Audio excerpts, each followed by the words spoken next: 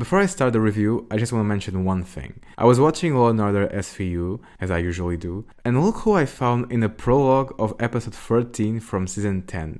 It's a Nazi boy of this show. I swear, every actor in existence has been in some episode of Law & Order. Anyway, this guy is a true bro. If you ever need an example of a bro, you need to look no further than him. This guy took the blame for something he knew it would get him killed, and yet he took it. He knew they weren't going to stop until they had someone to blame on the Crown Prince's attempt assassination, so he just went fuck it and took the blame to save his friend. This guy is the hero of this season. So I finished watching the first season of The Man in the High Castle. It took a while, but not as much as I was thinking. The plot got considerably better after the fiasco that was episode 1. You know why? Because they stopped focusing on these two bland pieces of nothing. The moment the show changed focus from its two protagonists to the other main characters, that's when it got interesting. They had to stop giving screen time to these two worthless parasites in order for this show to be worth watching at all. That's a big problem. You know, a story is fucked when its protagonists, the most important characters in the whole thing, are not just uninteresting to watch, they are downright unbearable and make the show look like hot garbage. I enjoyed watching Joe Blake killing people, but that's because I enjoy watching people getting killed regardless of who's doing the killing. On television, not in real life. I'm not a psychopath.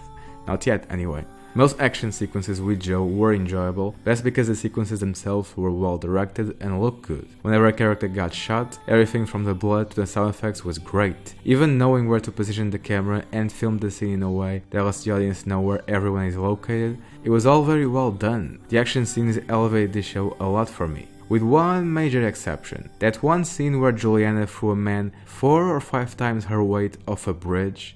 That was such bullshit.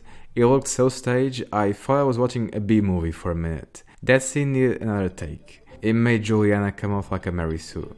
But anyway, I enjoyed most of the action scenes this show had to offer. It's just a pity so many of those scenes involve two characters played by actors that have zero screen presence. They have the opposite of screen presence. Anti-charisma, that's what I'm calling it. Joe Blake and Juliana Crane, they give Rey Skywalker a run for her money in terms of who is the worst protagonist. The other characters were mountains better than these two, especially Juliana's boyfriend Frank, a man who's Jewish in a world where the Nazis won World War II, and a Nazi officer John Smith, an ambitious guy who knows how to get things done. I'm very curious to see what's going to happen with him and his son. We now know the kid has a serious disability and according to Nazi law needs to be executed, and I think he's going to do it, but the action will break him. I think he's going to sacrifice his son, and because of it, he's going to grow more attached to Joe, his spiritual son, and less to the Nazi regime. I think he's going to want more power for himself, and I'm curious to see how his story is going to develop. All the other actors did a decent job with what they had to do. There wasn't anyone that stood out as worse than the two protagonists, or better than the characters I have already talked about. Speaking of actors, in episode 8, I finally remembered where I recognized this actress from, the one who plays one of the Resistance members. She was also the pilot from Falling Skies Season 2, the one that tells Weaver and the others about Charleston. I don't know why my brain remembers details like this one. It's just how it works, I guess.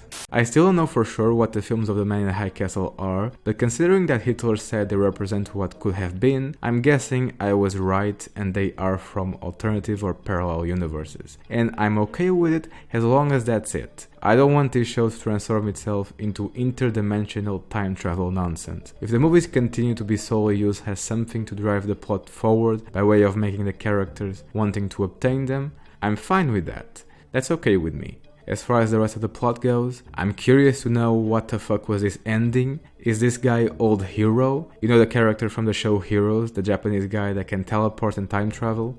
What the fuck is this? Also, there's no way a movie like Lolita will get this much publicity. Do the people who put this here even know what Lolita is about? This poster is such bullshit.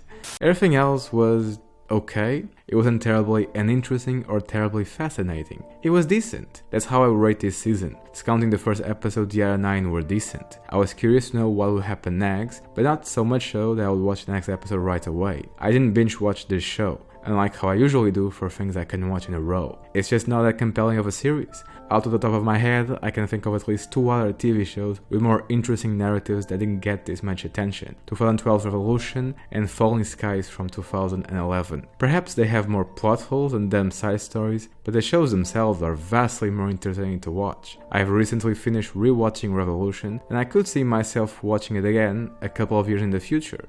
It's enjoyable crap. I don't see myself rewatching season 1 of this show, however. It's not that interesting, at least for me.